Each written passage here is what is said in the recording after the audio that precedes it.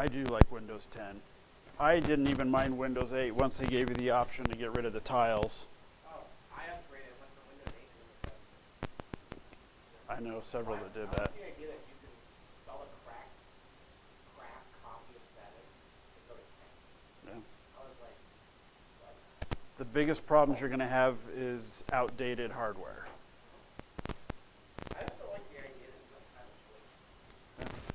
Like, you're making pretty much support everybody. They are creating a single path that you must follow. And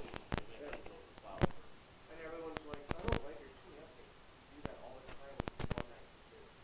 I was like, I had Windows 10 on my upgrade fully to different versions. Sure. 3 times. Or 4 times. But I'm like, it's not like just download an update and start. Download the whole freaking Windows. Yeah.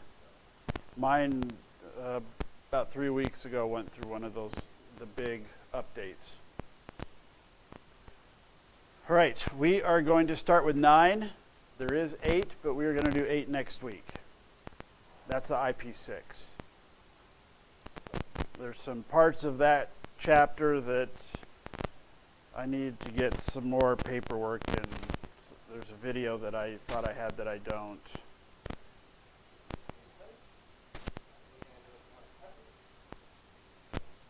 So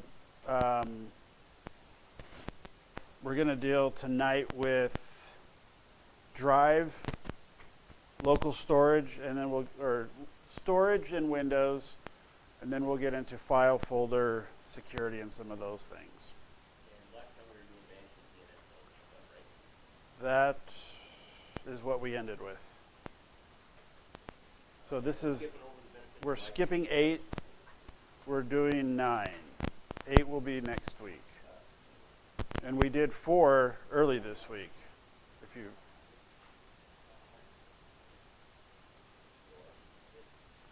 Yeah.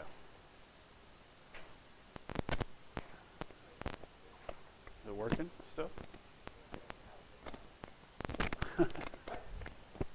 Or did you fix the problems you had last night? Yeah.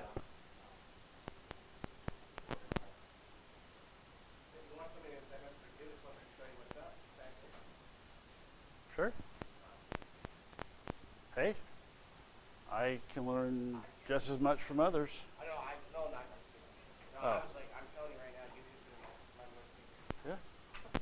doing my most You know that is, from what I have heard, that is the second most searched browser. Yeah. I use YouTube for most of my automotive repairs for the last 3 years. Google's first, YouTube is second. Now I'm not saying that with 100% confidence, because somebody can read a report and do A and B, but that's from what I've heard, the YouTube has become the second most searched engine. And I don't really think of YouTube necessarily as a search engine like I do Google, but it is if you think about how you're finding things. And so much of it is video implementation and so forth. you get the how-tos, what to do, and what not to do. Yeah. My car broke. 5 minutes, I downloaded a video. I know exactly what to do. I was like, I watch road race videos and what's on the compressor. Yeah. Pump you up. That's how I learned how to change the lens. Back back Mm-hmm. The Exploder? Yeah. It's like Microshaft has Internet Explorer. Ford has Explorer too. Yeah. Does that have anything to do with Fakuten? Something like that. Fully qualified domain name? All right. Implementing local storage. Now, local storage is not, I would probably just talk about implementing storage solutions as opposed to just local, because they're going to talk about some of those other options. Because if you get if you have a network attached storage device, that is most likely not local to the server. Right. It's local to the network. Yeah, even a rate array don't take control, Uh, because it's still connected to the cable. yeah, like yeah, that would be. That's and But we'll talk about those and get into some of those. So the disks and volumes, and then dealing with storage spaces. Okay, so disk types and performance. Let's go here. This is the last 20 years, probably 20 years. Yeah, because there was EID 20 years ago. SATA was becoming much more popular, and What, 12, 15 years ago? yeah, it was kind of cool. About 2007, something like that. So I first one I thought it would be before the 2007. 2005 first one I remember when we were doing A plus in 2005, we had to make sure we bought the right motherboards that would support SATA. So we had to buy specific hardware to support that solution. Nowadays you don't. You know, I don't know. I don't remember. I remember, I think I bought like I want to say 500 gigabyte data drive. Swear to God. 150 gigabyte. This, Probably more than that. our whole kit, I bought like 300. our whole PC kit that we would do with the students was about 450 bucks, 500. And you'd go home with it. Some guys would buy their own hardware, bring their own hardware in and do that. We got decent motherboards, some would want additional third-party video cards, but it had onboard video, it had, most of them had 4 SATA ports on the board, but we only did 1 drive, and it was like a 120 or 200 gig drive. Yeah. Yeah. I want to, well, so roughly probably between 3 and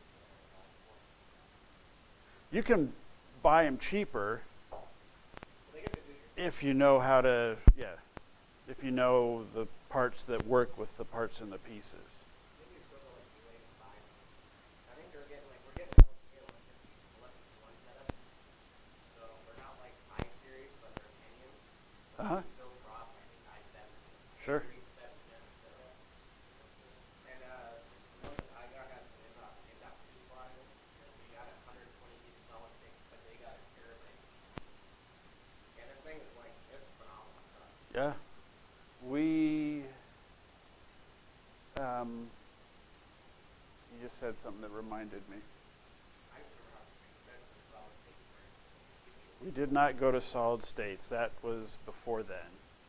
Or at least they were extremely, extremely expensive.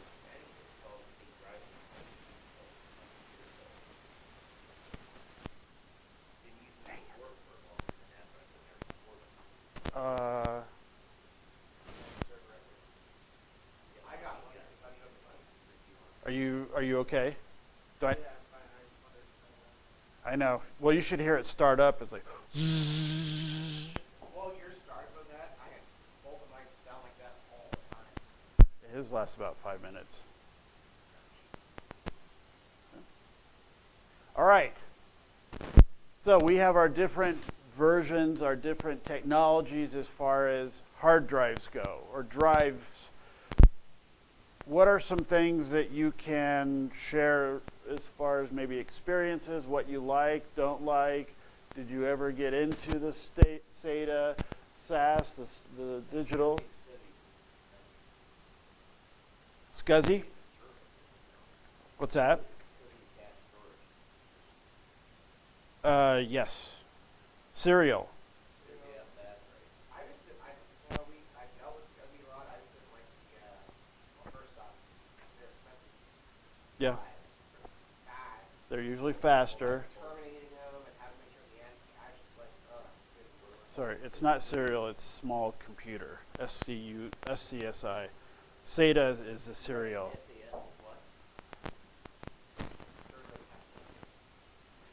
what? No, it's dealing with SCSI. Yeah. That's what, okay, so And then the solid state drives. that, is it magnetic? I don't know. Actually, I could have sworn you could have bought like SSDs in a pack. Can you? I actually don't know. I imagine there's a way to do it or buy an adapter to do it. I mean, there would have to be. So basically, nowadays we're getting hardware that is extremely fast, extremely effective, and it's also costing less. But it still increases as we go up. If we're going to get a really fast, if we're going to get a solid state drive, it's going to have more performance, but it is going to cost more than some of the other solutions. You have solid state? Now, Yeah. got it, yeah, I guess it's in the website, this is the first time I ordered something, Okay. 37% off, so I ordered two Evo 850s for a 68 Samsung for Okay. $74 each, which is pretty cool. It is. I haven't been able to get the other one. And do you use them as a primary drive in a device, or are they external? Okay. And then run the operating system on it. 'Cause even with the games and stuff, the operating system is never above 128. Oh, no. And I have a terabyte SSD. Yeah. For all my files and stuff. Okay, so drives and performance in your book, SATA, eSATA, SCSI, the standards, SAS. I have worked with solid state drives and of course getting into the SATA. SCSI was typically for us, SCSI was a hardware in a server more than a client machine for us because of the speed and performance. I still have drives that were in my garage that were 20 gig drives that we had as hot swappable ones. And you just pull one drive out. So when we had day and night classes, we had a day class, pulled out that drive, put a new one in for the night class. 20 is extremely small now, obviously. Wouldn't even work. All right. So in your book, direct attached storage. What would be an example of a DAS solution or a DAS scenario? Okay. If you could have it come up as an internal, most likely it's not going to be internal. No, a DAS, direct attach.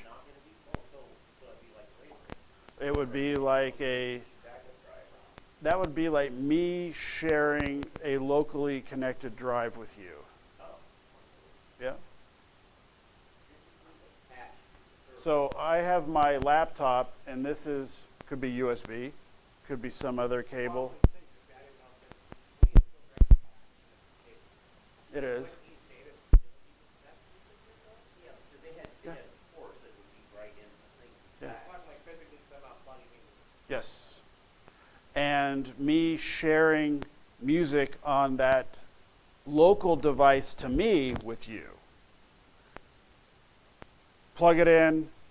What's the path?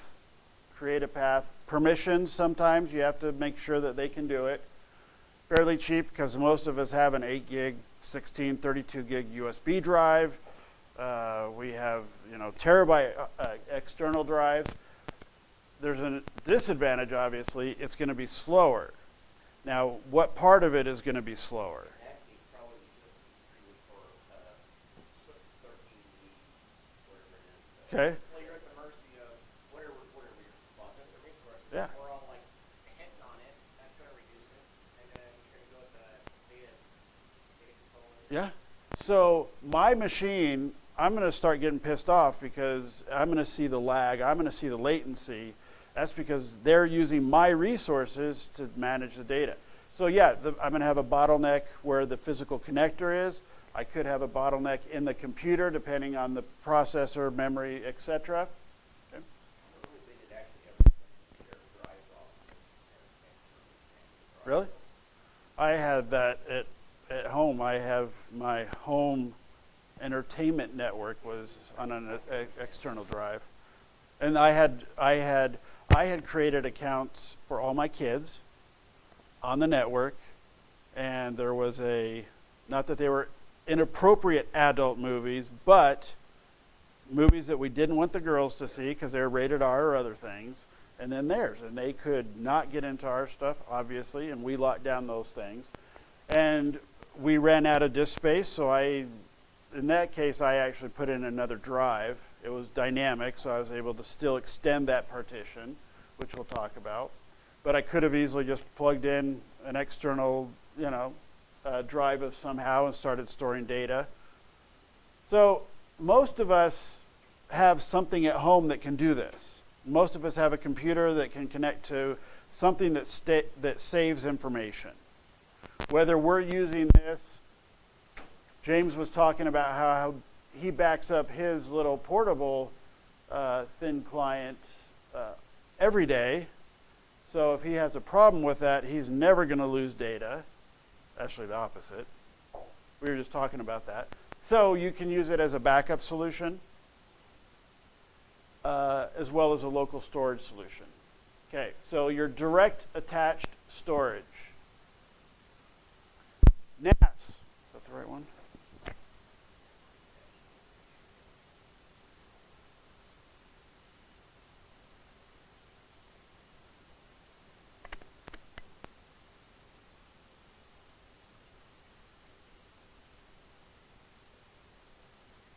Crap.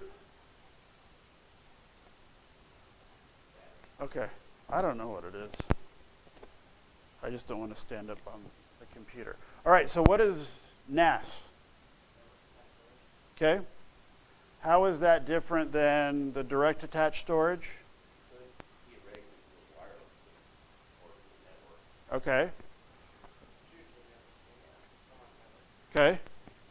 Which means, does my computer get affected as much or at all? No, not in theory, no. Correct, because they're not going through my machine. These used to be very expensive. You can still spend a lot of money on them. So in this case, we have our different boxes. Most of these are going to be also hardware solutions. Most of the hardware solutions have proprietary software, administrative tools, although they are very similar in what they do. When you're going to these type of third-party solutions, you're getting hardware, you're going to get better performance, you're going to get better options, but you have to be a little bit more knowledgeable to do those. Yeah.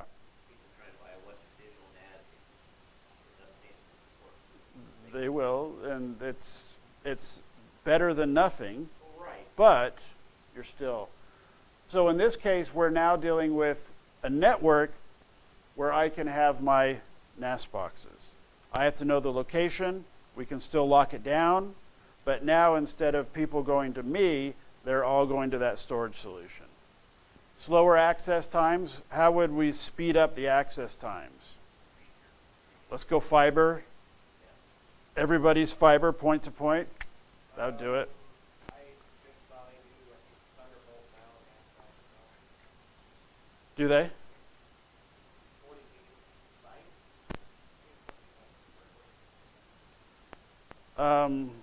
Yeah, that's fast. That was very fast. So even if it's fast, that's going to be a hit. Even if I'm fast on the network, the other people are going to take a hit. But we can increase that by putting higher rated switches, faster switches. We can deal with VLANs if we're dealing with some people that don't need access. We can put multiple network cards that will help perform as far as those things go. We're still dealing with file access. In other words, I can still securely control the network. I know what NFS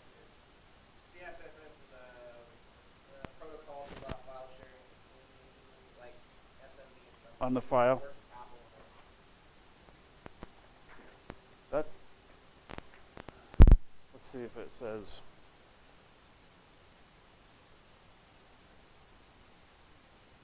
Probably Apple appliance. No, it is Common Internet File System. And we talked about SMB before, the server message block, and then we also have the network file system, NFS. Okay, so disadvantages. Still going to be a fairly cheap solution, but you do pay for what you get. So I read somewhere that NAS, I think I want to say SCAN or SAS or whatever, transfers data differently. This does like bit by bit, and it has blocks of data. So the enterprise stuff is with chunks of data versus like line by line. Correct, as opposed to SCAN or SAS? that is, I believe SAS, but I'm not saying that with 100% confidence. Now that's gonna be what the hardware solution will help with. So instead of moving one piece of data in 100 pieces, we're taking one piece of data and moving it as a single piece. SAN. Advantages, disadvantages, who uses, what's the difference? Let's do this. What's the difference between SAN and our NAS? Here's NAS. Storage area network does It's on my network. doesn't have to be It's accessible. So what about over here? that one actually runs really well. Okay, Probably iDrive. thank you. Faster drives, right? Faster channels. Firewire, Thunderbolt, whatever it is. So in this case, we have our servers dealing with centralized. So instead of going to the servers for file access, we're basically dealing with a network, right? That is, storage that is basically acting as a network. I'm controlling it through faster switches. I'm probably connected through fiber.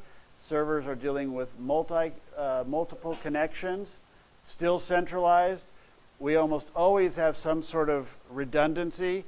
What's the difference between redundancy and fault tolerance?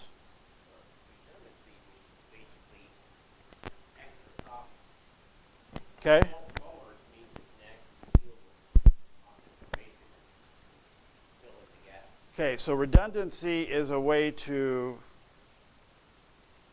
protect the loss of data, right? Fault tolerance is there to help us go, so we don't go through those failures, okay?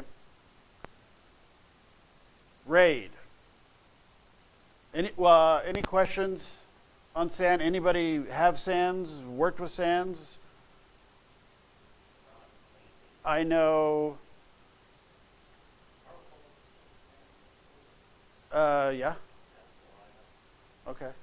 I mean, it's a smaller scale, but absolutely, if it fits the model. You could call the stuff together, and it's agile, which connects with proprietary fiber to interfaces on the back of the servers, all types of crazy stuff. But it has 2 terabytes is what we just added to the 30 that we have. Yeah, more than doubled it. Insane. Boise Cascade, several years ago, went through this, and their solution was close to $600,000 or $700,000. That's extremely expensive. But what are the things that they considered? So there's this term that we have used. I hear it more in the Microsoft world, but it's a general business term. Total cost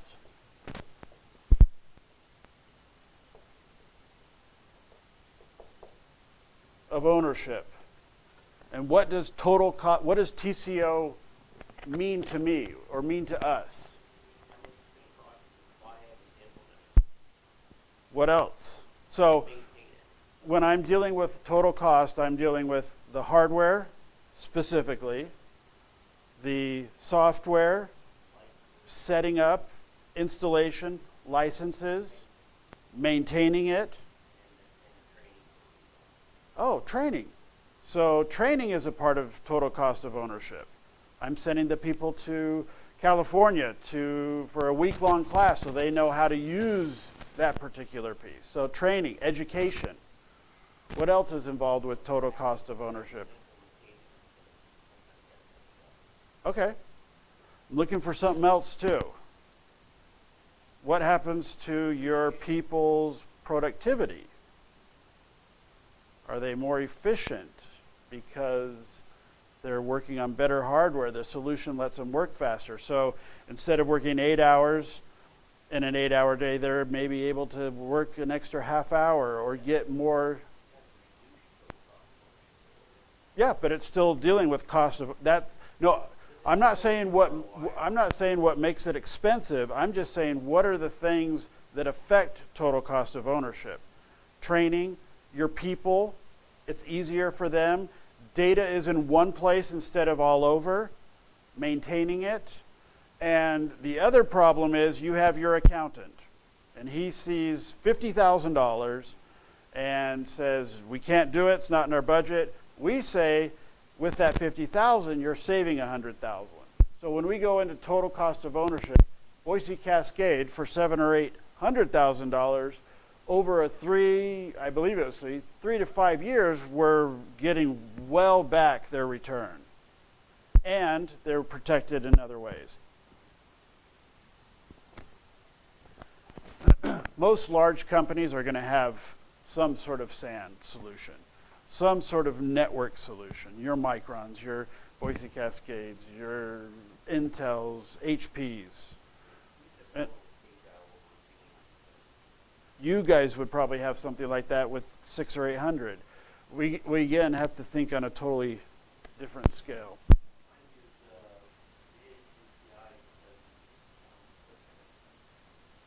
Does it say what the speed is of those? You can run virtual, but it's.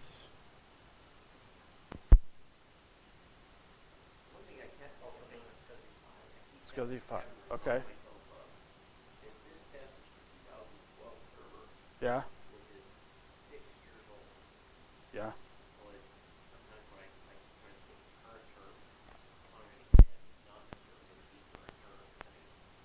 Correct. There are some, and see, I am used to a lot of the old terms.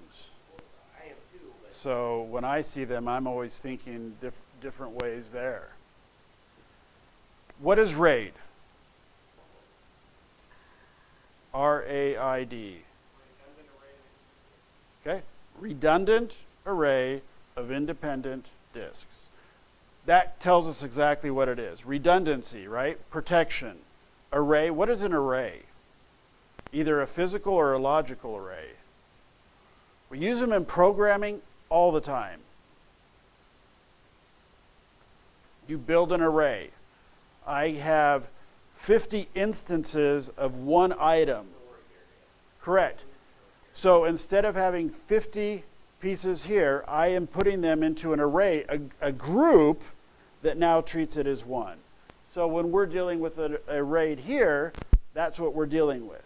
We're dealing with that array where typically 1, 2, 3, 4 drives. RAID is always going to deal with more than one physical thing. Multiple. And we have different versions of RAID. We've got RAID 1, we've got RAID 0, we've got RAID 5, we've got RAID 10. Several of them. So, combines multiple disks into a single logical unit. So,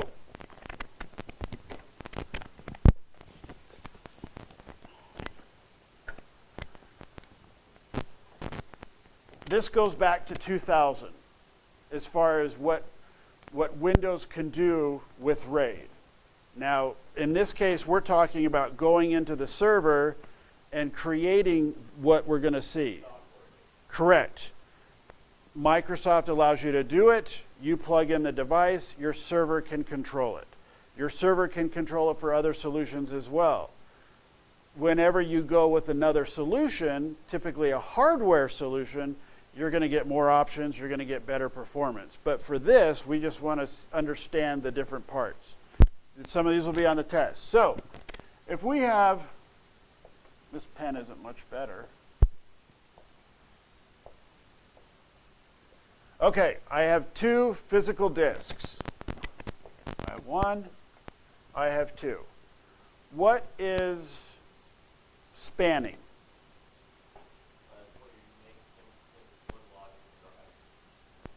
Okay, but how is it, how does spanning function? It's not, that's a different one.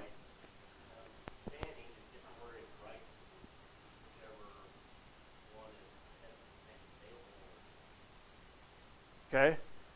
Most limitations, least efficient. Spanning is going to take your data, go into one drive, go into the second drive, and so forth.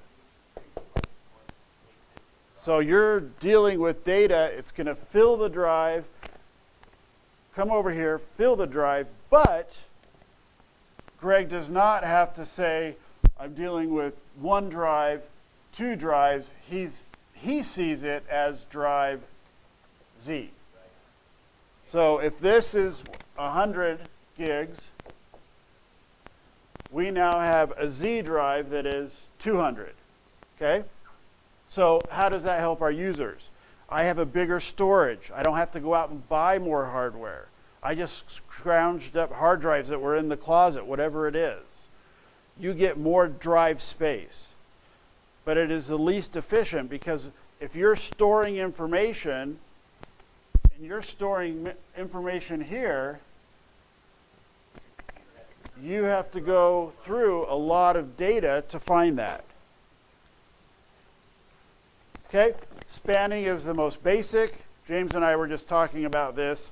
When you buy Western Digital or other hard drives, almost like little books, they were, a couple inches thick, 500 gig. Most of those are dealing with 2 drives in them, set up as spanning, or most likely striping. Yeah. So you have a 250 and a 250, but not doing, you could span. Okay, so if that is spanning,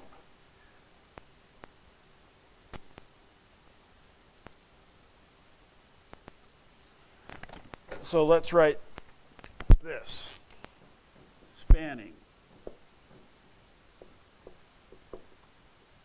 We'll just say it basically is more space.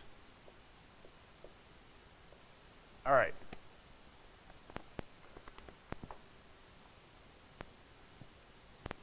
What is our next one?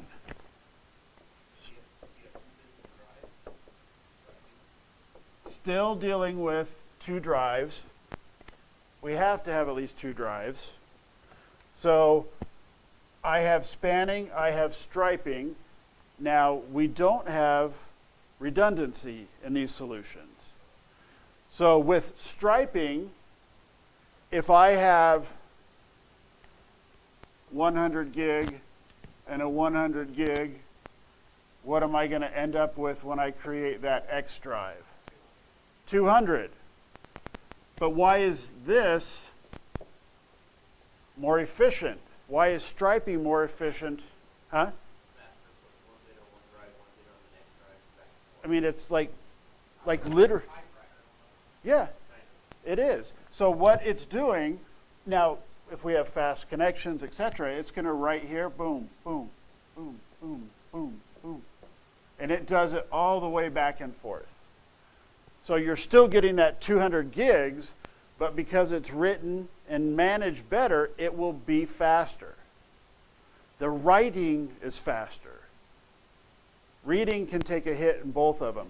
The writing over on span is going to be hard or inefficient. Okay, so spanning. What is good about it? We still get space, but we're adding some speed. Actually, let's do this. Let's say we're adding performance because it's more than. Okay, in your book, there is a chart right here. If you look at that in the book, it is going to give you what we're talking about right here. You hear RAID 0, RAID 1, RAID 2, RAID 3, 4, 5, 6, RAID 01, RAID 10, and some of those. Half of them we use and hear about, the other half we don't. All right. So when let's say this. What are the most common RAIDs that we deal with? RAID 0, RAID 1, 5, and 10 maybe. And the 1 plus 0. Just spanning. So I looked it up because it's on our head review. And I was like, what's between 10 and 01? Is B1 very first, then ranking, or one second? Like, first and second. Like, rate 6 even showed up on there. Did it? Rate 6. Never used RAID 6. You can get, now you're getting into more proprietary. But, yeah, but what we're realizing is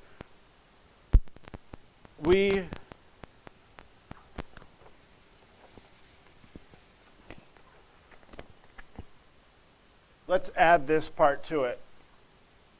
With spanning and striping, we are not protected.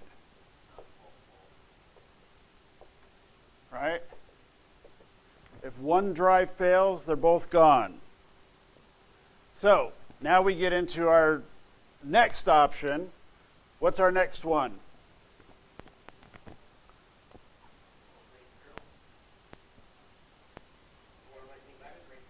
Yeah. Okay, so spanning was 0, mirror is 1. So now with a mirror,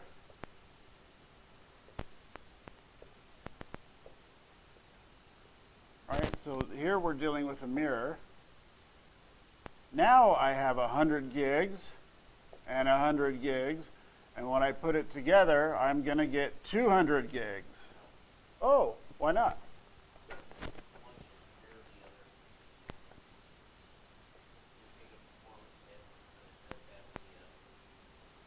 Hardware solutions help because it's writing identical information to 2 drives at the same time. What is the cost? You lose half of your disk space. Okay? This is redundancy. You are now protecting your data. If one physical drive goes down, you now have an exact duplicate so that you can fix this drive. One of the biggest problems that people have is they have a drive that's busted and they don't replace it, and guess what happens when they lose that second disk? Yeah.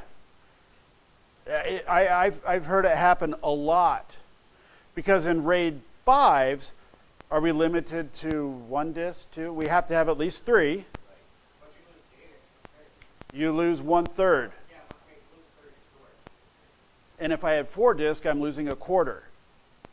Just because it's basically 1 disk is going to be the check parity. Okay? So when we're dealing with a mirror, that's going to protect us from losing the data. And if 1 disk goes down, most of us are going to know.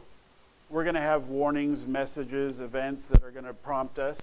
So in a mirror, if 1 goes down, we are back here. So for the mirror, what is our, this is not an advantage, but we lose space. But what do we get?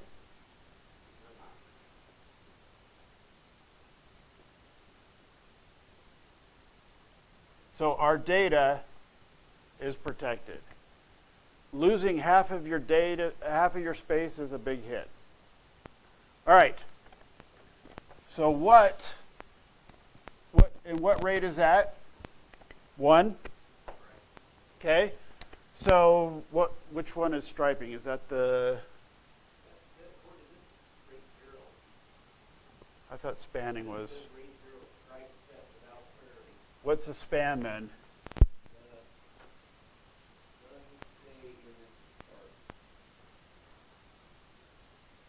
I thought it was, so we'll just leave that. I'll double check.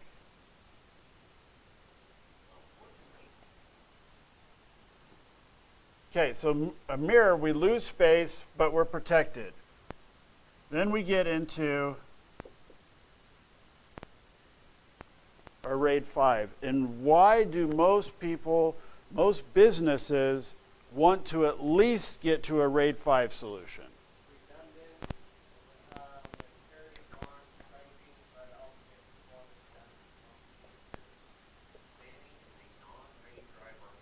Okay, so it's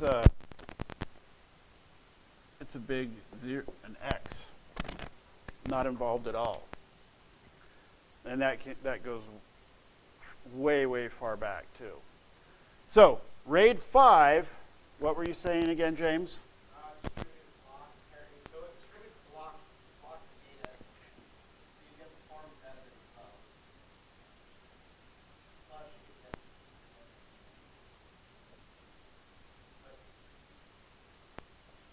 Yeah. I don't know. I see from a business perspective, but from a civilian aspect, it's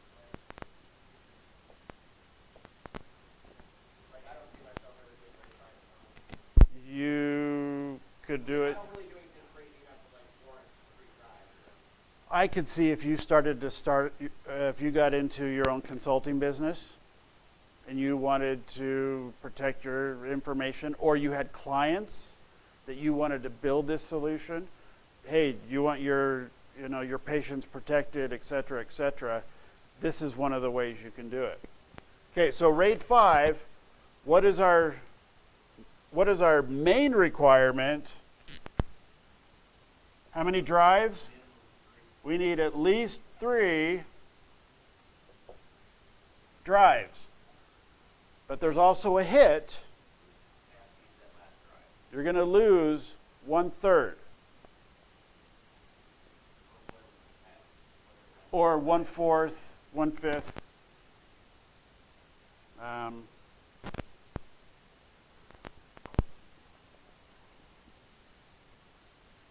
We'll say lost. I'm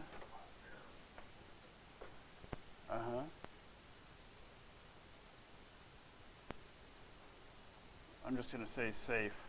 I don't want to write out redundancy again. Okay, so RAID is putting 2 parts together. We have the efficiency of striping, but we have the protection of a mirror concept. It is. Now, what happens in this case when James has one of his drives go out? Actually, before we do that, let's do this. Right, we've got one. So we have 100, 200, 300. Our end result is going to be 200, right? Because we're losing that third in this case.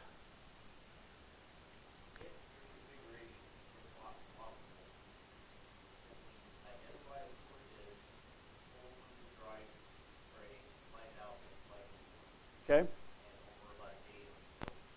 What does hot swappable mean?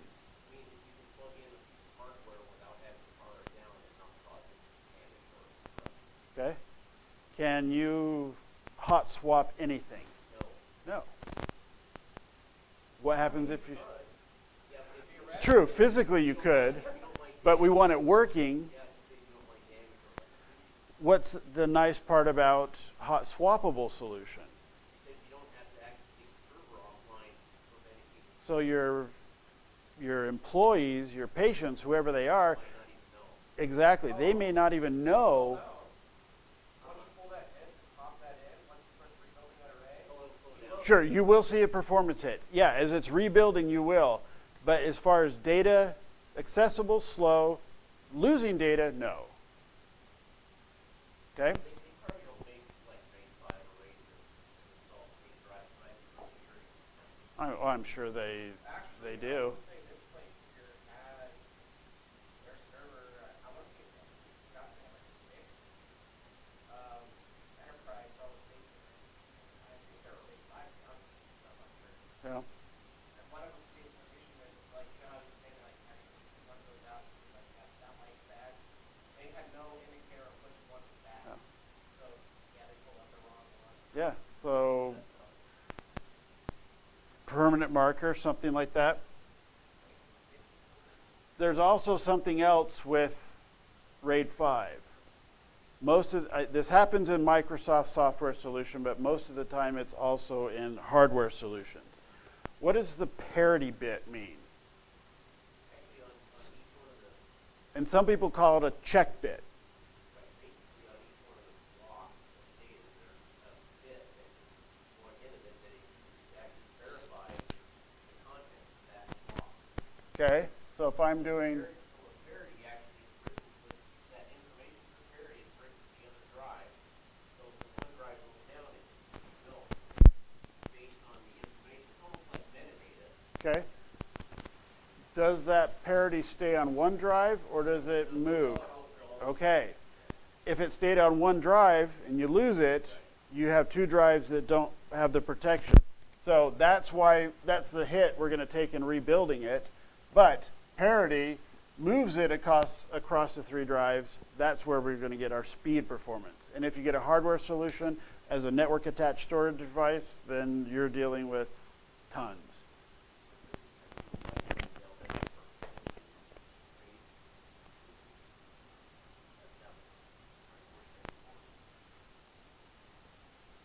RAID, go ahead. With this, so what if you have 4 drives, How many people up? Still one. No, actually you could set it up as a 3, just 3 fiber array and have the fourth one swap.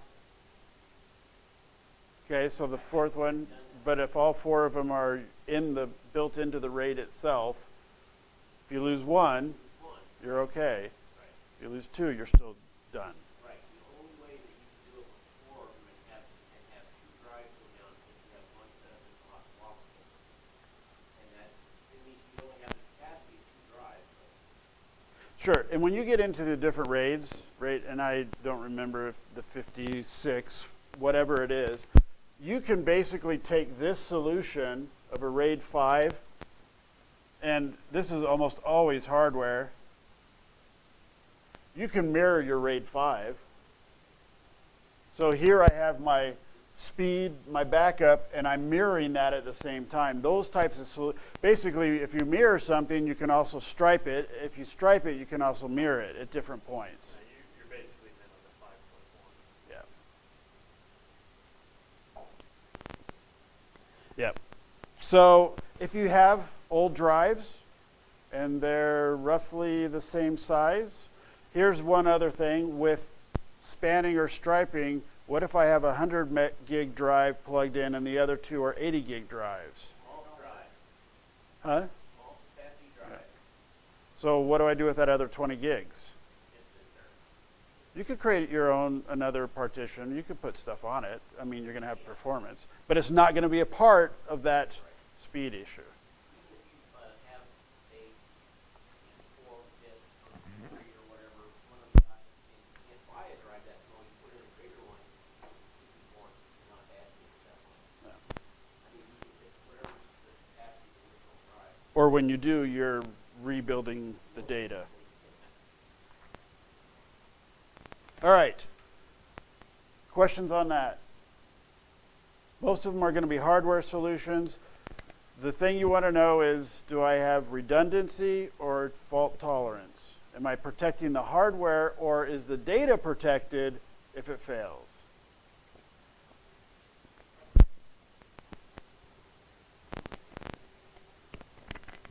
And your book goes into the RAID 50, RAID 5. They go RAID 1, RAID 6.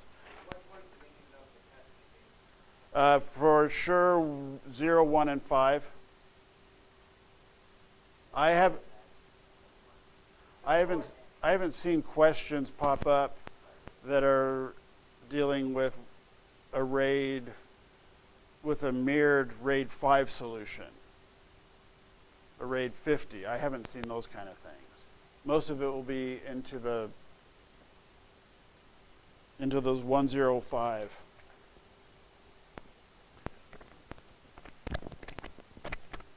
All right. This goes back to Windows 2000. This is where it started, dealing with the RAID 5 and those types of solutions. NT could do it. They couldn't get into, I believe they couldn't do RAID 5 through the software. You could do striping and spanning. You could get more space. But with Windows 2000, that's where they came out with the solution through the computer management where you could manage those parts. So RAID 0, stripes. There's our mirror. 1. There's our RAID 5. Here they've got 5 drives, so we're losing 1/5. But it's shared across all the disks. And also with a RAID 5, you can actually be reading and writing from all at the same time, too. So you can get a huge... So if you have solid state drives with 3 writing bit levels, that solid state actually helps with rewriting? Oh, yeah. Oh, yeah. I just didn't know if there was people. Reading and writing would be extremely... Of course, you're only as fast as your slowest piece. If they're connected into a coax cable, then you're dead. So we're still using product using hardware. Yeah. Yep. There's our RAID 1, right? So we've got striping. So our stripe is being mirrored. So striping, remember, that just gives us space.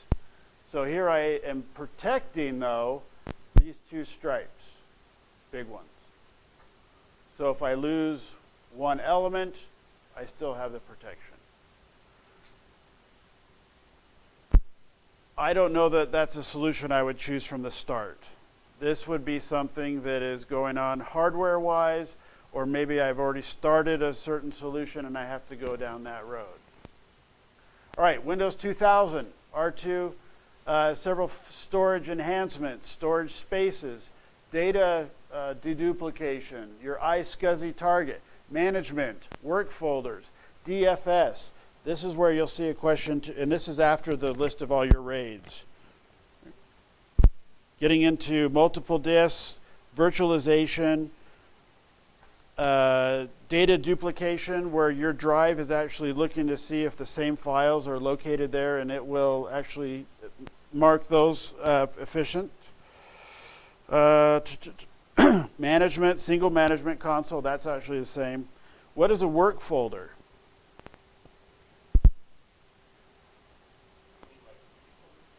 Okay, user folders. So I can create a folder that people can use. What else do we deal with when we deal with the RAID solutions? You can assign them to a drive letter. So you can tell the people or your employees, go to the C drive or the F drive, and that's going to be where it is. Instead of saying, here's the path to that, you can now assign a partition or a drive to a particular letter. That's something that came out in 2000 as well. What's DFS? DOOFUS? Distributed file system. Well, maybe somebody uses data file system. Anybody use DFS?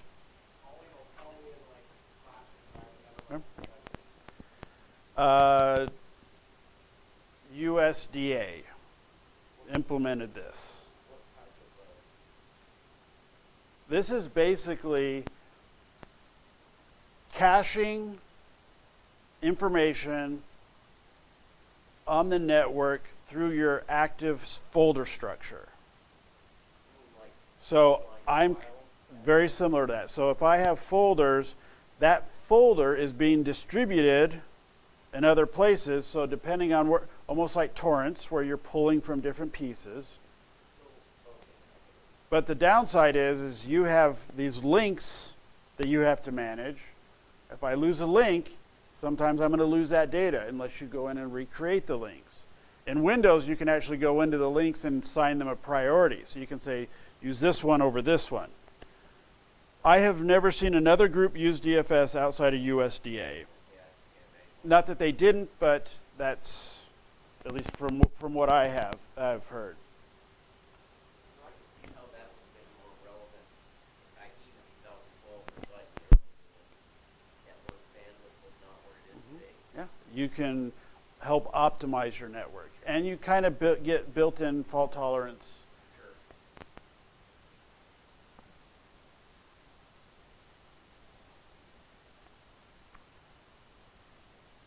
Sure. MBR, master boot record. Okay. So what kind of differences are we going to see between the older file systems, newer? To me, this is a big one. 4 primary partitions, 2 terabytes. Now, if you maybe through a hardware, but through the Windows software, no. Now, if you said 5 years ago 2 terabytes, you're going, oh, that's awesome. Right. That's great. Right. I mean, 2 terabytes would be your whole, network solution. Have that in my PC at home now. Yeah. So what's the GPT? I don't remember what it stands for. Okay, it's the GUI. It's the GUI ID. Okay. GUID. Yeah. Yeah. Your globally unique identifier. Which doesn't work in any No, but and then you're dealing with basically you're dealing with a extremely unique partition table. So we're still dealing with partitioning. It's what replaces MBR. Old hardware will have a problem going to this. But look at this. Instead of 4, we're at 128. Instead of 2 terabytes, we have actually quite a bit more. exabyte. Yeah. Well, of course, we used to think 2 terabytes was like that too, Yeah. I don't even know. How big an exabyte is. Yeah. Let's find out. Well, I mean, I know it's like Probably something like to the 1,000. 10th to the 100th, 1,000 terabytes, because that's after EXO. 1 exabyte would be 1,000 terabytes. How big is an exabyte? You look at this filter, you know, like if it's just not very bright, or it is. Who has this particular solution set up at home? Right here. There you go. GPT, just 128. The 128 partitions running, you probably have like 16 exabytes. Okay? I legitimately have, I think, 12 or 14 terabytes of storage, but I don't have anything close to that. So you could have some utilization with dealing with the GUI partitioning as opposed to the master, just because of this limitation here. So let me ask you a question. So it's kind of weird. I don't know if this is something. So I do have on the Windows 7, I was still able to use 3 terabyte external, Uh-huh. but I don't, for whatever reason, it wasn't loading up as GPT. I don't think GPT works. And what version? Windows 7 special. I think it does. What the GPT thing was like that. Windows 8 and above for sure. And it might be for. I thought like theoretically I shouldn't be able to pop that in there and read it straight. Or it would have the backward compatibility and allow it to go at the That's what I slower was kinda speed. weird about that, but all right. I just didn't know. We can double check. Here's some interesting stuff. So, an exabyte is a billion gigabytes. A million terabytes. Million of them. So 18 exabytes is 18 million terabytes. 18 million. They're getting close. You might have 18 million terabytes. 18 million. So the whole internet, basically, I want to see the system hold that way. So basically what they're dealing with here, and this stuff has all gone through the different protocol. It's been ratified. There's defined standards that's going here. So let's say the master boot record option up here, this would be our IP4 from 15 years ago. And we ran out. Right now, there's no way we could think of using 18 million terabytes of data, but I'll tell you what, 5 years, 10 years, I think we would be extremely surprised in who starts getting up into some of that. So, how my students were actually saying that they're starting to write data off crystals, Uh-huh. something like that, where it's like they're gonna be able to hold like that much storage. I've heard about crystals getting down into the processors as well. I remember when like a 256 megabyte flash drive, we were like, oh man. I know. And they also have silicone, getting into silicone drives. But crystal, 1 gigabyte. Oh yeah, oh yeah. I remember like you got those SD cards. Like I got a micro SD card for myself, but I think that was like 1 or 2 gigabytes. yeah, You can put so much music on this. Now pictures like that fills up in 1 picture. yep. Download one app. Well, here's something that says its mobile data volume at the end of 2009 had reached 800 exabytes. Okay. 2009, so I don't know where it's now. Oh, it says that, by 2010, it was expected to be 988 exabytes. Who do you think could use, or maybe even get close to this type of Anything. government? Well, I mean, they gotta store all the stuff on it somewhere, right? Right. Got to store the data. I could see them running out of partition. I could see them running out of a partition structure. You're fine. Before they run out of data space. Well, here's the interesting thing. It said that a 64-bit architecture CPU can access up to 18 exabytes of RAM. Yeah. You imagine running, you I- would need a hard drive. You just, yeah, I can't even. What would you need a GPT disk for when you got 18 exabytes of RAM? Do they have? Actually, yes, you can use random storage. Your software. Do they have exabyte RAM? I don't know. I don't know either. That's a curiosity question. Even regular. I haven't seen another board that supports more than like what 2 terabytes of RAM. At least me personally. That's what I was meaning, terabytes. So probably those supercomputers, you know. Prevent some of the big banks. So we were just talking about today, like Japan right now Okay. is the world's fastest and most Yeah. expensive supercomputer. Which one? Japan now. Yeah. So I mean, I don't know what's in it, but I'd be interested to do what that has. So, to me, this type of solution is like where the whole basement of your building is just racks.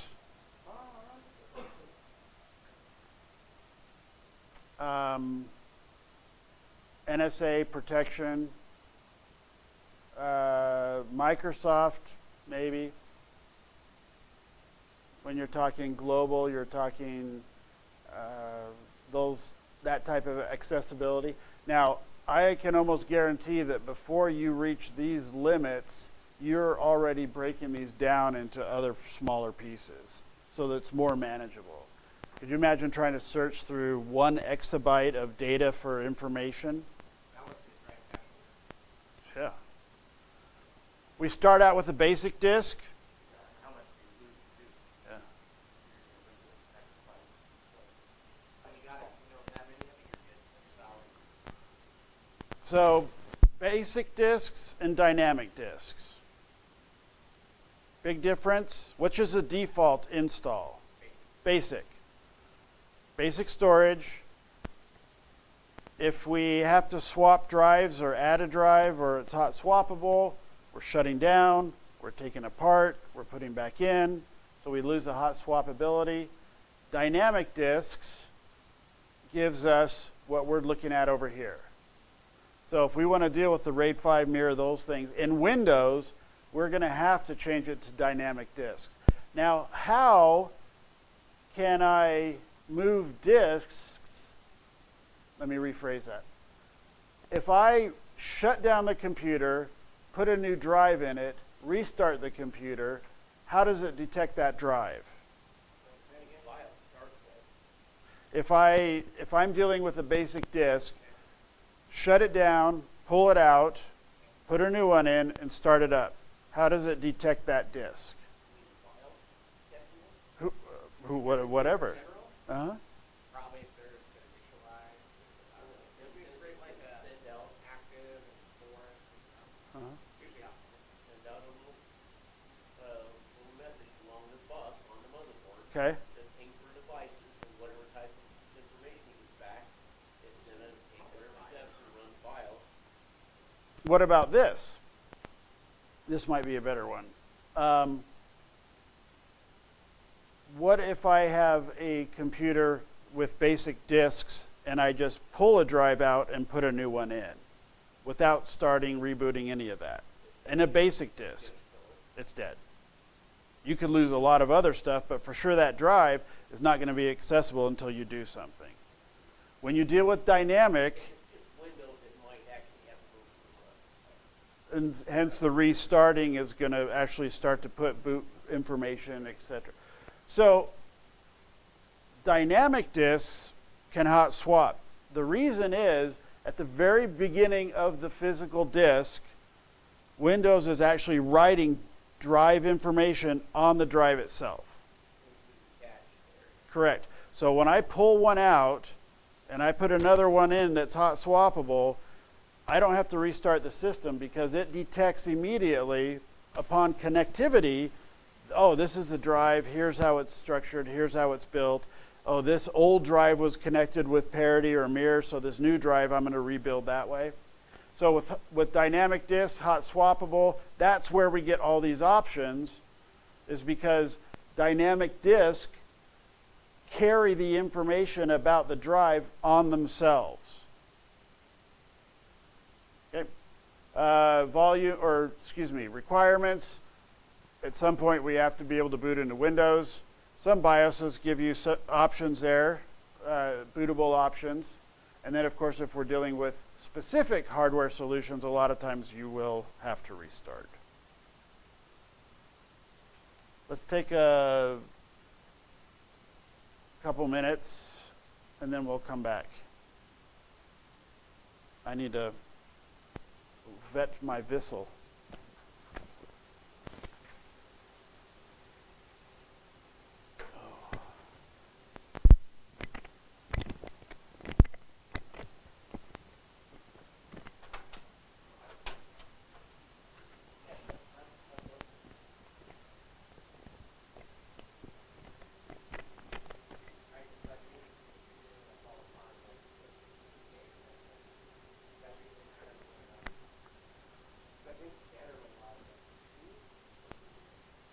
Two. teraflop does not run storage. Teraflops, I think information being passed. In the processing speed. Yes. What is it called, like giga transfer? Or you can use it as open teraflop. Like your graphics cards. Well, not anymore. Like teraflops or gigaflops. No, it's like the teraflops of information that those things can pass, like the height and stuff. The 1080. That's the one you were telling me that doesn't require a power cable. Yeah, but the Titan has water. Right? But they make the 1080s right now that have built-in like hydrocopters where you see the water block's built right onto it. So no more modding it. You ever watch Linus Tech Tips? Mm. This guy built a $30,000 Sense DM machine that ran off of what's that Linux OS you put on a machine that is kind of like Hyper-V. And it's not Hyper-V, my bad. Kind of ESX where it's just a platform you can load stuff on top of it. So it's like open source. It's like open something. Or you know what I'm talking about? For VMware, it costs money. This one is using Linux based. No, not the people. It's open source. It's open source stuff. I don't know.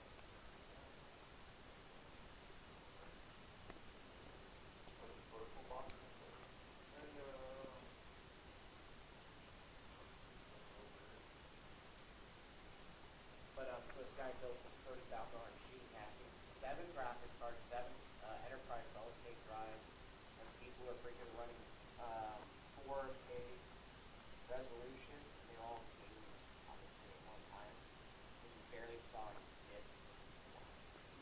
Like, it was like, So with your 7 cards, is that just for the 7 monitors, or could you hook them up to multiple? I think they were all hooked up together, but I think the way the thing works is kind of like when you have a machine like that, you get those, you get 4 cores, you get 4 cores, you get 4 cores. Assign them logically.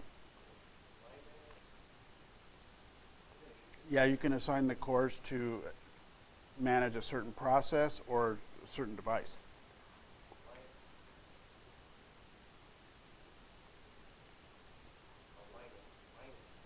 Thanks for getting the pizza, ordering it, Greg. Good.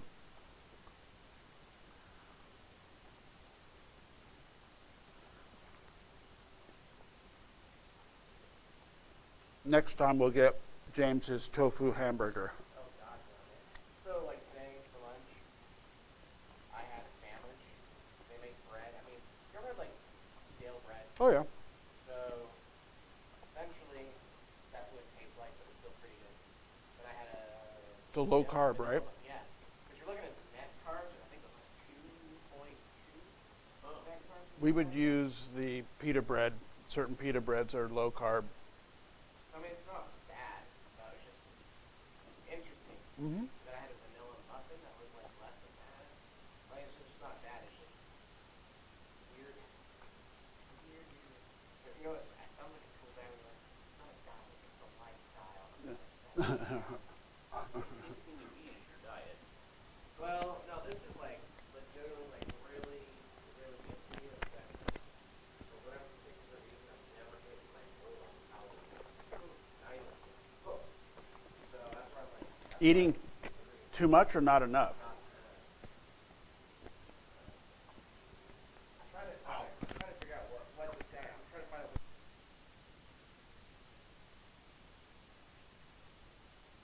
Or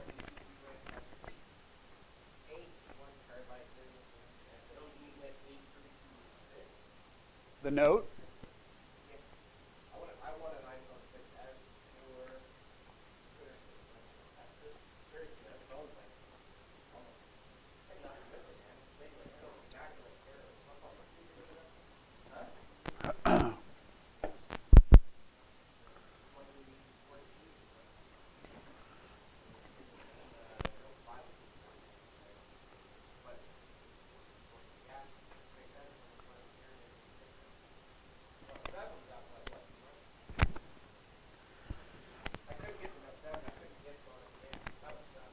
Oh, Sure, I have a bomb that I can get to. yeah. Yeah. Sorry. Yeah. Well, it's like I've heard a couple people who survived that Las Vegas shooting and then were killed in a car accident. Like, yeah. Every time it's already like do like 4 or 5 tours and come back and get hit by a drunk driver. Yeah. It's like, yep. You survive one of the worst areas in the planet and don't survive on a little mom and pop street. All right. Like you want iPhone? What do you mean by that? You're walking around. I'm important. People know. Personal 1 and personal 2.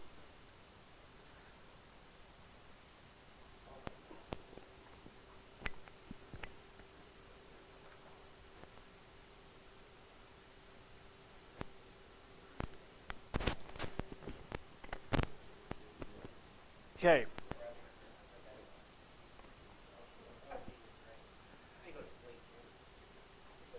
What?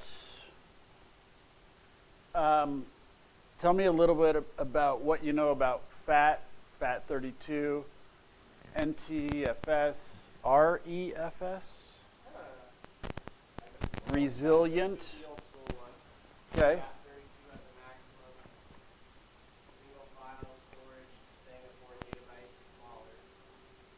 You remember the sector size on FAT32? I don't either. That's why I was asking. I know it's a large. I want to say it's like 16 or 8. I thought it was 16. So when you're writing, 32? Is that why it's called 32? no, which was before that. Yeah. Well, Then they have, actually, you ever heard of FAT64? no. That's FAT. Is it? I didn't know that either. Random fun fact, right? Well, But, I don't think this is the 16 or the 32 is the relevant to the loss rate. not. No, it's more relevant to the speed or the performance. I thought it was 16 back then. That's what I was thinking. So if you are storing blocks of information in 16 bits or byte-sized sectors, and what happens if you only have 2? It stores in a block of 16, and you have 2, you lose 14 basically. And if you're doing that across, it can be very inefficient. NTFS is going to store those sectors in much, much smaller sizes. I believe it's 4. So now, if you have 2 bits of information, in that 4 size, you're just losing a little bit. So it manages the storing of information much more efficiently. What's metadata? If you haven't heard it, it is going on everywhere. So this thing says FAT by default is 32 kilobytes on here. For the And sector? FAT32 is 4096 bytes. That's what the default is like wanting to go for. 4096, see. Yeah. Because allocation unit size, and when I pick FAT32, it drops to 4096. 256. And then when I drop the FAT, just like FAT in general, 32 kilobytes. 512, 1024. Now XFAT's gonna go to 33 as well. NTFS is 4096. I'm not sure if that's relevant or not. So what was the size again? 4096? Yes, for FAT32 and NTFS. So you're dealing with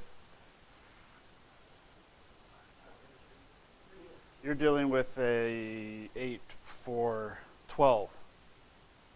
Well, Yeah, because if you're dealing with your by 10 times 4, are you gonna go 4096. what are you taking that down to? Is it converting? Yeah, so if I'm just breaking up my guess is if you're going 1 2 4 8 16, by the time you get to that, it's going to be your 16 bits. So with NTFS, we can audit. We've talked about that. We can see what's going on. It can also keep track of what's going on. What is an access control list? Yep, and there's a list out there. So with NTFS, we now get our security and encryption. The resilient file system does work with NTFS. It does have more error correction built into it, and of course we can get into the larger files directories. That's why on this one here, we're starting to get up here. But I still have never heard of anything like using RAFS. I've never heard of RAFS. No. In your book, if you're running Windows 2012 at home, you would have it, but it's new as of 12. Right, I mean, you could implement it, Yeah. but it's not automatic. So I've only seen NTFS. integrity checksums, expanded protection for data, reliability, large volume. You have storage pooling. Virtualization is a part of it. Redundancy, fault tolerance, disk scrubbing for latency, resilience for corruption, so it actually can help repair corrupted files. BitLocker drive encryption. Still has the access control list. The USN deals with update sequences. It deals with change notifications, links, snapshots, which now starts to get into, So BitLocker is part of that. yep, still. So we're going to have to encrypt not only our laptops, but all of our physical drives, Yeah, even though the desktops and everything. well, that's the government part. Plus, I trust certification. What is a mount point or a link? Well, basically, when you get to the, like a drive letter or storage, you create And who is trying to get to these different volumes of data? Okay.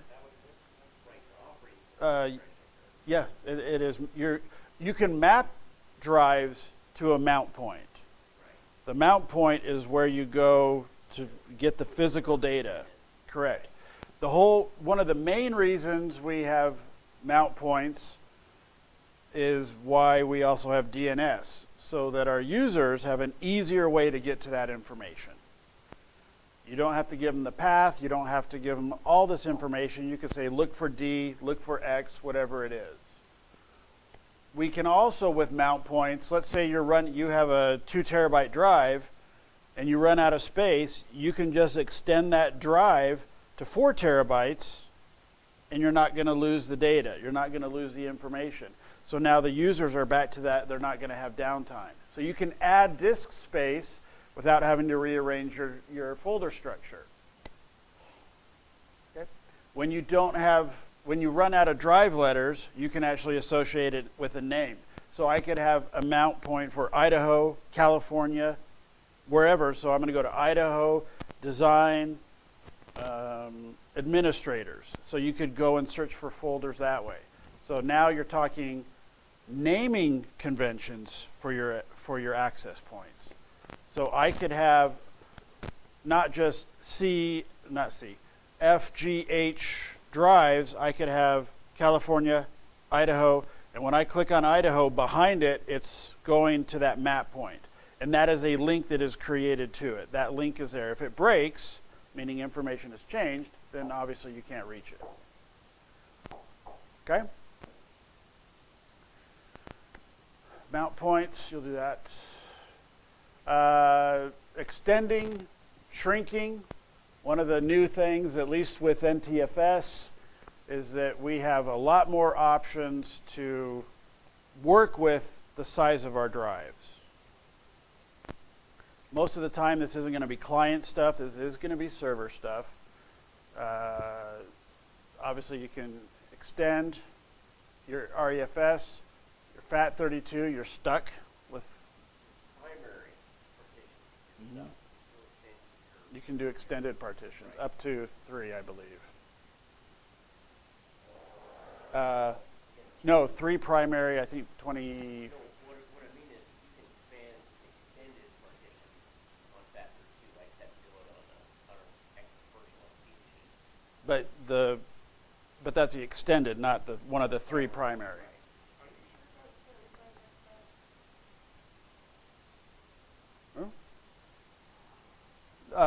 Not through the Windows software, third party, probably.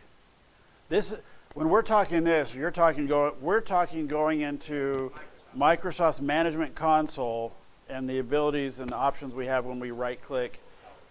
Yes. So when you look at your drive letter on the left and you right click on it, it says upgrade to dynamic disk if it's basic. You mean a dismount? Well, yeah, because you can do with it their disk manager. Yes, that's what I was, and I said the computer management. Okay, it's an MMC. It's one of their management consoles. Yeah. So, this laptop, instead of with this, well, it's wanting to convert a 32 gigabyte GPU. Would there be a reason why you want the GPU on a drive size that's less than EUI? Somebody told you to? Yeah. That's what I was kind of curious. I didn't like using it for, I know last, whatever, for like 8, 10 and whatnot. Just wondering if we're thinking like, okay. No, it's most likely for the lab. Just to test it. Mm-hmm. Get the different options. That would be my guess. The only thing I could think of is that you're gonna You lose a bet. either extend it after, past 2 terabytes once you, set it up, Yeah. or we're gonna clone it onto the drive base with 2 terabytes storage. Sure. Could be older systems if they can still take the new information. One of the big things here in Windows 2012 is when we get into virtualization. Virtualization is big everywhere now. You go to Blue Cross there on Eagle and Fairview, they had about 96 physical servers, and they were trimming it down to 12 physical servers, but having many, many, many virtual servers. And they were also getting into some of those big SAN solutions, because obviously when you're dealing with people and accounts, and you're also dealing with government regulations and protecting that data and HIPAA, they have to do those things. All night, Travis has been using virtual drives and going through and doing that. So fun fact, you can't run VMware solutions in hypervisor. On the same phone. That broke for me. Did it? Well, yeah, and actually flat out will tell you you can't do it. So that's why I had one machine at work with VM and I had one with hypervisor. Can you see some? I can see using some of these solutions. I could see taking virtual hard disks to start up, configure computers. I could actually see when you get into remote desktop services, I could see you using virtual services, virtual client machines as well as servers. That helped manage about Mhm. 700 virtual locations, Yep. and that's going to get a lot more than we have Physical, No. logical. Just like And one physical domain controller, I think, a virtual, You have more than one domain controller. right, rather than one physical Oh. domain controller. The other ones are, virtual. You have one No, I guess we have a physical, ROTC and 20. read only. Yeah. Does it But back up? Yeah, but we also have a secondary domain controller that's virtual. Yeah, but you're still using the same physical box for it. No, They're both on the same. no, the physical server for the domain controller is on a separate Okay. physical. Okay. Yeah, no, I wouldn't put them in the Okay. same box. That's what I was misunderstanding. I didn't put them under anyway, but fortunately the guy that manages most of that stuff, who is not like Rex Fox, but Yeah. they're basically the database administrator or people administrator. Like, has these things up a lot like us, fortunately, which helps me learn it better. Sure. Backs you up. So when we get into the virtualization, virtual hard drives, we're seeing more and more of it in the workplace. We obviously see it at home. Depending on your employees, you can have different. You can now allocate different servers. When you go into DirecTV, they have their call center just down on Chinden. And I believe I said it in this class, if their employees have a problem with their computer, they don't send Josh out there to fix it. They just drop a new image on it. I don't know if it's a virtual image as opposed to a normal image, whether it's Alteris or Windows, a RIS image. You mean like the same client line? Correct. And the big problem we used to run into with the thin client model is the server had to have a lot of resources, and it put a lot of overhead on the network as well. And that's becoming less of an issue. We have, for our virtual environment, we have 3 Dell chassis that have 12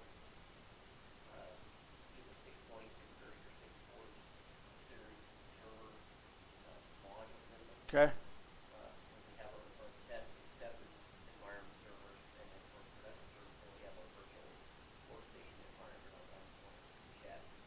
And we, 100 days varies, we run between 20 and 45 virtual workstations per phone. Sure. Type of server. Sure.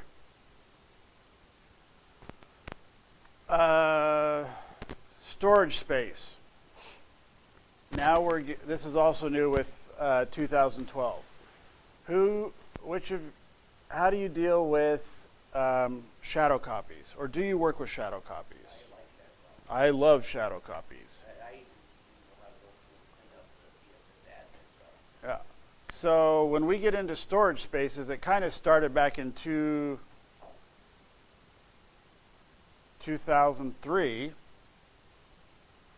when we were dealing with those particular solutions with shadow copies. And the big problem is somebody would do something on their computer. Oh crap, I deleted the wrong file. You had now the ability by default to go find a snapshot of that file and restore it. Yes. Without going to backups and things like that. There's a hit, disk space. You have the option to take snapshots very often. You have the option to take snapshots on a daily basis. You can say there's no more than 5 and they start overwriting old ones. But that is a very nice quick fix, especially for client solutions. Not to mention that way, if somebody forgot to take it back at table overnight, you still got something. And there, I mean, it's all like every 12 hours or something. Yeah, I believe so. Okay, so storage space, now we're getting into our virtual space. Whether it's, that's good. No, I always work with the state and I know. Well, I realize that now. That's plastic. Oh, it's him. I'm fine with it. I'll knock on faux wood all day, and don't say anything about that. Knocking faux wood. I'm knocking on wood all day. I was saying, don't say, make a comment to that.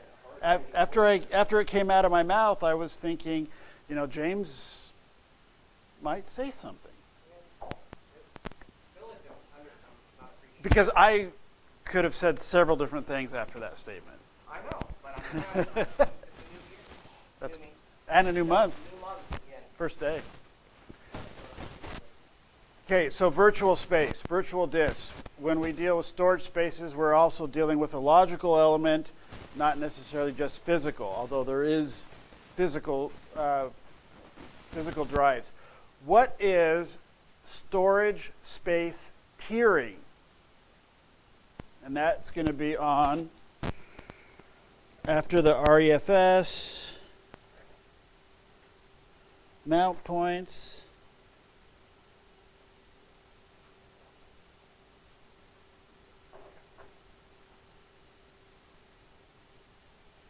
disk, well, mine is 924. I guess it's the first page after lesson 3, implementing storage spaces. First came out in Windows 2012. So this is, what's that? So we thought it was 18 exabytes for the hard drive. It's 18 exabytes per partition. You can have 8 zettabytes with the GPT disk. I don't know how much that is, but I'm guessing it's bigger than exabytes. Oh, is it bigger than a Google? A Google Flash? Yeah. I don't know. It's bigger than Google in general. Probably not. Google probably won't. What was the term that it said? What's the size? Zettabyte. Zettabyte? Zetta. Zetta? I can't. What's the power to it? 32? It doesn't say there actually. It says with 512 kilobyte logical block. Anyway, like I said, it says its partition could be 18 exabytes. Holy cow. That's even worse, because nobody can do it. So here is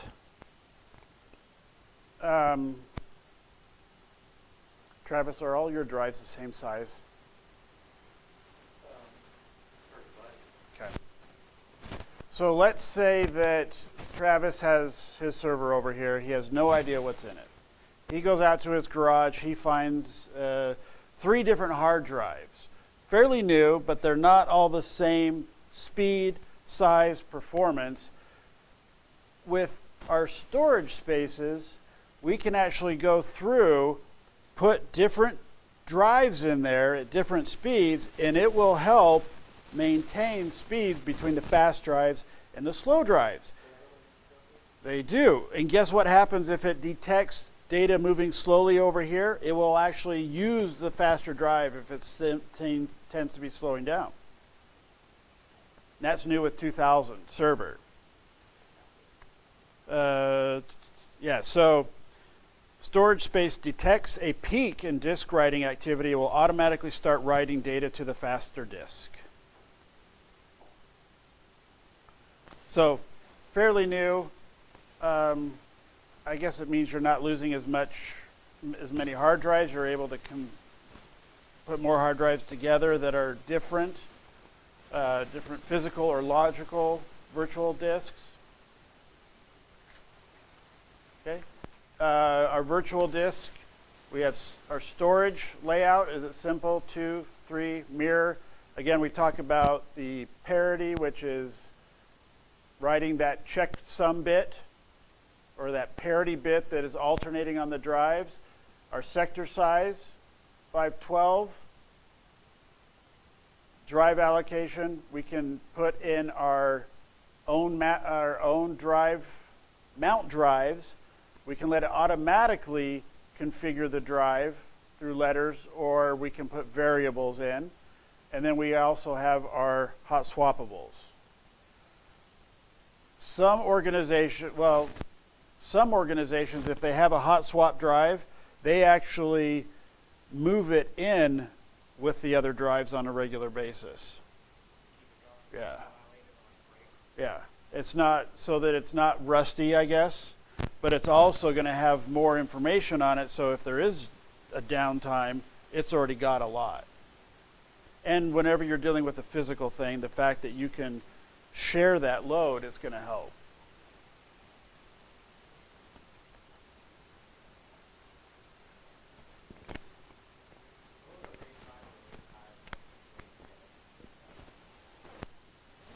You're rating a RAID? Yeah, rating and rate 5. So yeah, I mean like 10 is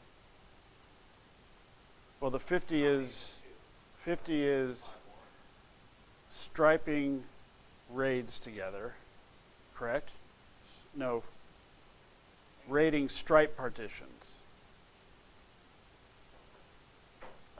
55?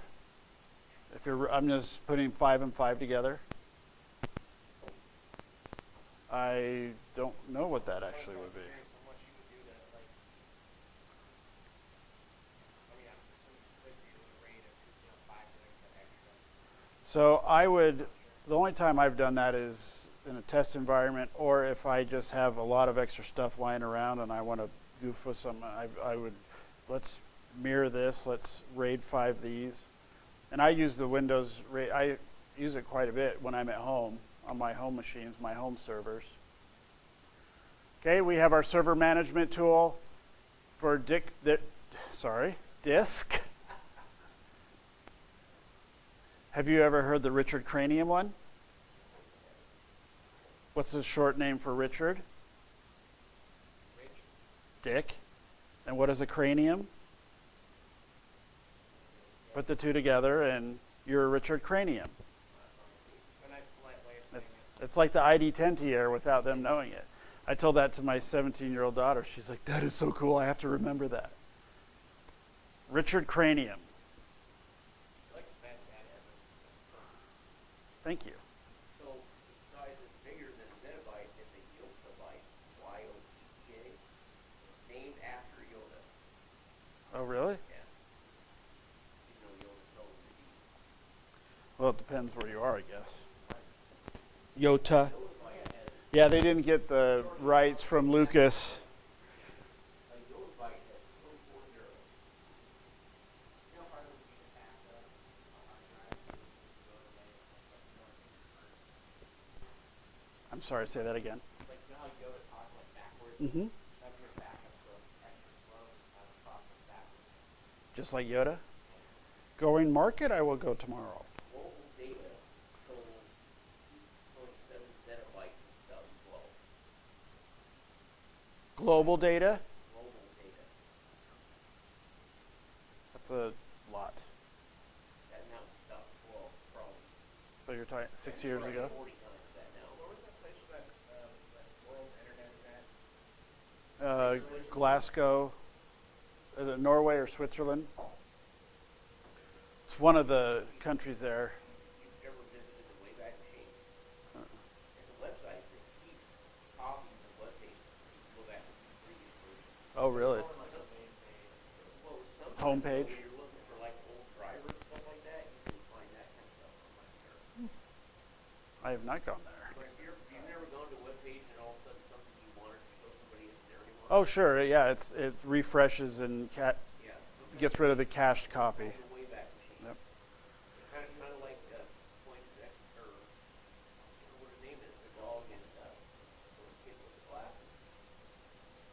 Clifford? No, way over than that. Oh, I think they just made a movie of it recently, but I can't remember the name of it. Anyway, little white dog that smart aleck. Wishbone? No, Moppy? sorry. Cujo? Yeah. So between 1986 and 2007, they estimated humankind to run more than 295 exabytes, which is 295 billion gigabytes. That just hurts.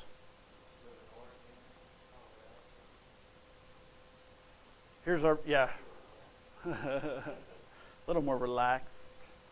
So PowerShell, again, we're getting our get information. Are we repairing physical disks, virtual disks? You can also go into computer management and then right click. Many times you'll see them color coded. They'll be red. You can also set up not warnings, audits to manage those particular drives, and they'll notify you when there's a problem. But again, PowerShell, I still like the visual. The visual makes, when I'm doing PowerShell to see that type of information, my mind does not process it very well. Correct. I like to see the physical relation to the physical disk. That's kind of like why I like that PowerShell as well. I like the visual thing, because you don't know if really it's working, really less sometimes. Yeah. Like you can click next to it, it's working. Well, you're also getting into like DHCP where you make a request and you get an acknowledgement. You know there's somebody coming on the other side. Couple questions. Does your yes, Mr. Peabody? Oh, I wouldn't have guessed that. Does your organization use SANS or NAS or something similar, some alternative storage method? How's that? You guys are Ameribin, I'm sure. Yeah, sure. Yeah. Whether it's a true SANS, NAS hardware solution. Advantages of you using spaces, as well as a disadvantage. Remember the storage spaces?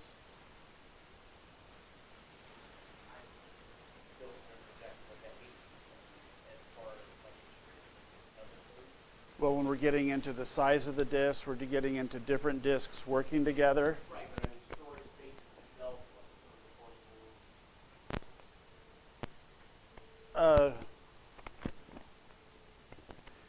So when we're getting into the drives on the network, and storage spaces is the new feature with Windows 2012 that allows you to manage these different sizes, different speeds. okay, I remember, just like a USB drive you plug in. Yes, similar to that.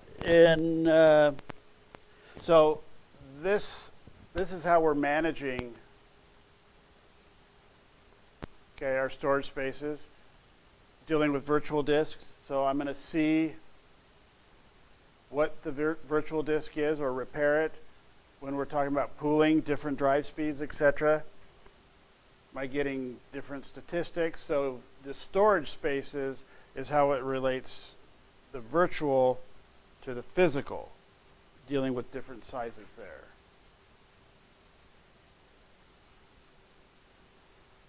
So when we are working with storage spaces, how is a SAN or a NAS going to affect storage spaces? Let's ask this question. How do NAS or SANs deal with or work with virtual environments? Could be.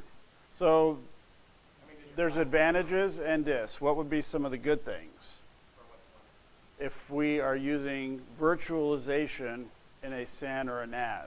Well, NAS isn't sure. I mean, it's a box, right? So don't you have to have that platform or OS where it has to support that? It would. You are talking versioning hardware.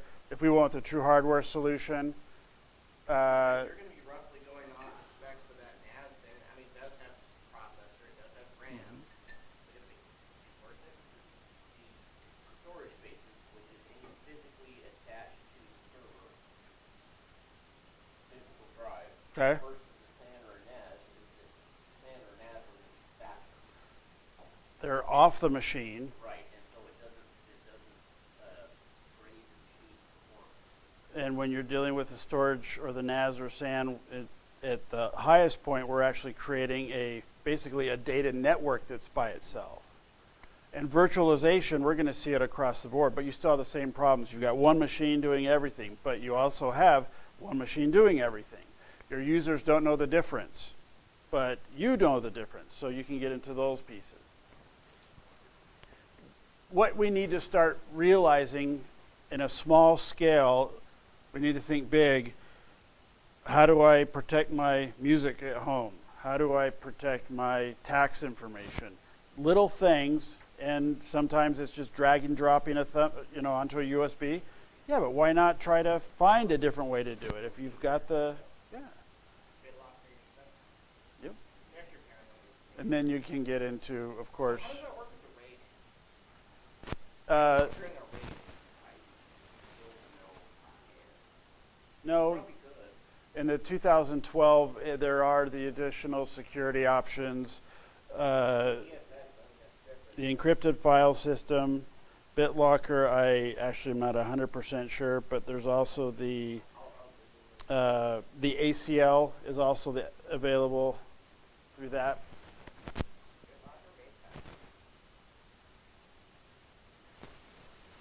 And it may not be through the Microsoft OS, it may be a hardware solution. Where in that case, you would actually have the drives themselves would be encrypted as a single unit would be my guess. I mean, it's sitting there saying that you can do it. There's a bunch of ways to do it. I would just need to see it. That'd be interesting to see. Anytime How you Encrypt all the data in a RAID. anytime BitLocker detects that there's even a couple files update, something like that, it thinks the hardware changes the machine and breaks it. So you would think that anytime there's any type of change and the RAID. Hot swap. So what happens with BitLocker when you're doing a hot swap on a drive? That's what I mean. You probably have to disable or suspend it like you do on a laptop. Well, maybe. I mean, it might have you punch in that code. If you have the code. Prompt you for the code? I don't know. I've never. Found out if the machine is not a domain, BitLocker is good. It won't Correct. work. You need Active Directory. Hand out a domain, right? Now, when we deal with IPsec, right, IP security, and we deal with the encryption tools that are available to us, we can actually, Microsoft has their own service called certificate services, excuse me. So you can actually go to your administrator and request certificates for your own internal network. So now when you are talking with a specific person, you can create that one encrypted conversation without dealing with the others, or you're going to encrypt emails, those kind of things. Uh-huh. Uh-huh. I mean, I wrote it for our web. I mean, it worked, but Yep. the trouble is, it only comes up with that message that says, this isn't a recognized thing. Next to it, it wasn't registered with like Verisure. Sure, you did it on your own.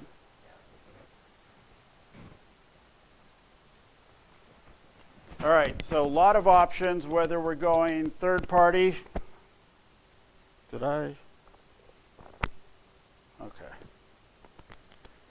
Hardware, software, virtualization. We're also dealing with the two terms we started with, redundancy or fault tolerance. Do we want to protect our data, or do we want to make sure our hardware is protected? And we can go both ways. Oh.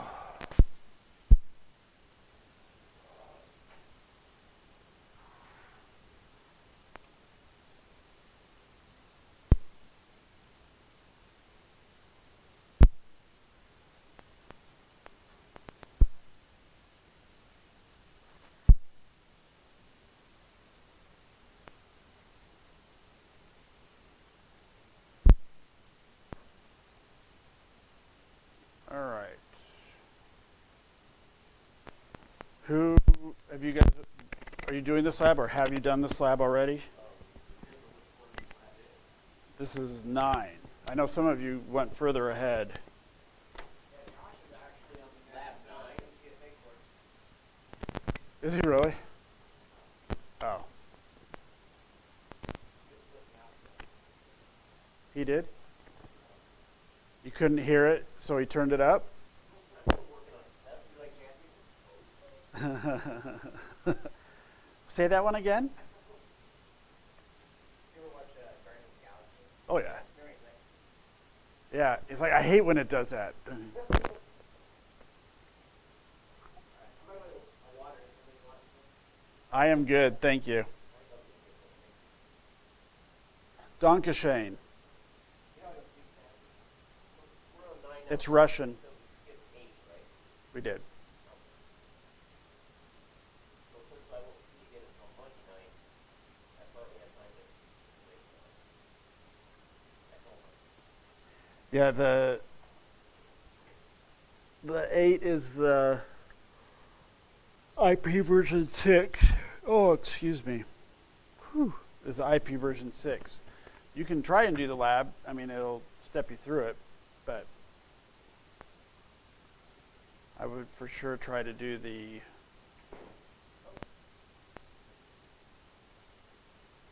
So, who was the guy that was in the front office?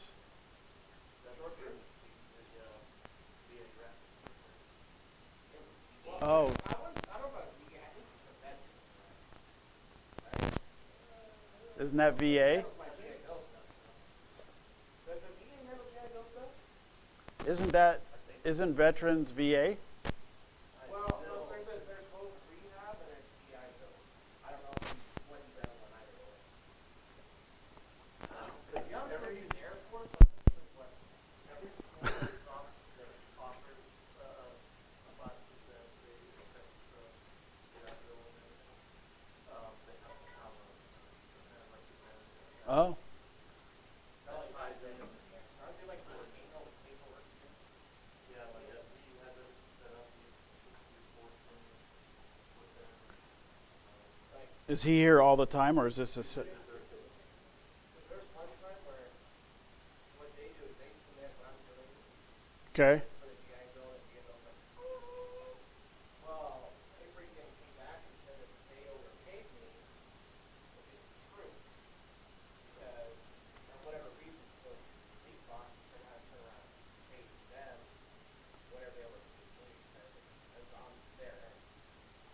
So, On Leap Fox's end. yeah. And it was like not like huge bucks, you know what I'm saying? It was like a couple, like right at $1,000. Because that's how it works. They'll be like, all right, man, we'll pay too much of this. You overpaid $1,200. But since you didn't tell us, that's it, you're gonna pay it back. So what they'll do is they're not gonna take like $100. They will literally take it all at once. So it's a really shady system. I keep hearing problems across the country with them. Oh yeah.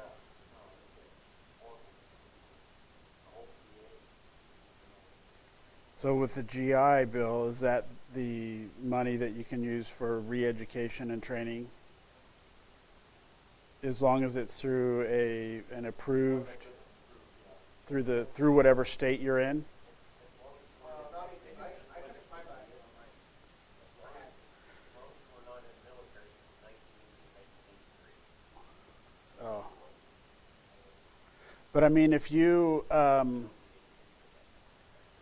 here in Idaho, and obviously Leap Fox is approved, or Tom, Dick, and Harry's is considered a state-approved vendor, that's a place you could go. Okay. Sure, but I'm just wondering if, as far as how you deal with state approval. Well, they still have to be set up with GA. yeah, like Before that's who they want. yeah, 'cause I asked, I don't know what the, I don't know if I asked like maybe 4 or 5 months and all of a sudden really got I asked that they have to send me Yeah, they have to submit all the class schedules for the whole year. That's what as well as course outlines and all that too. Yeah, and everything. Marketing materials. They don't Follow do certain like, guidelines. they won't sit there and spend like, spend X amount of hours, that's why it's class for so long. Which I don't mind, I wouldn't mind 5-day boot camp course, as I'm already like fresh on, it. Like I know it, it's fresh. But you're gonna sit there and drop like this crap on me 5 days, I'll have a heart attack. No way you soak this stuff in 5 days. You cannot be a greenie. And if you are fairly new to it, even knowing the earlier stuff is helpful. I see, I mean, you just see eyes get glazed over. Some of the stuff I've done, like the steering, the forceful stuff, like, Oh. I'd always fool around, put different size discs in, put them to dynamic, and then I'd try to extend partitions. I'd mirror these two, and I'd, RAID 5 those three. It used to do that all the time.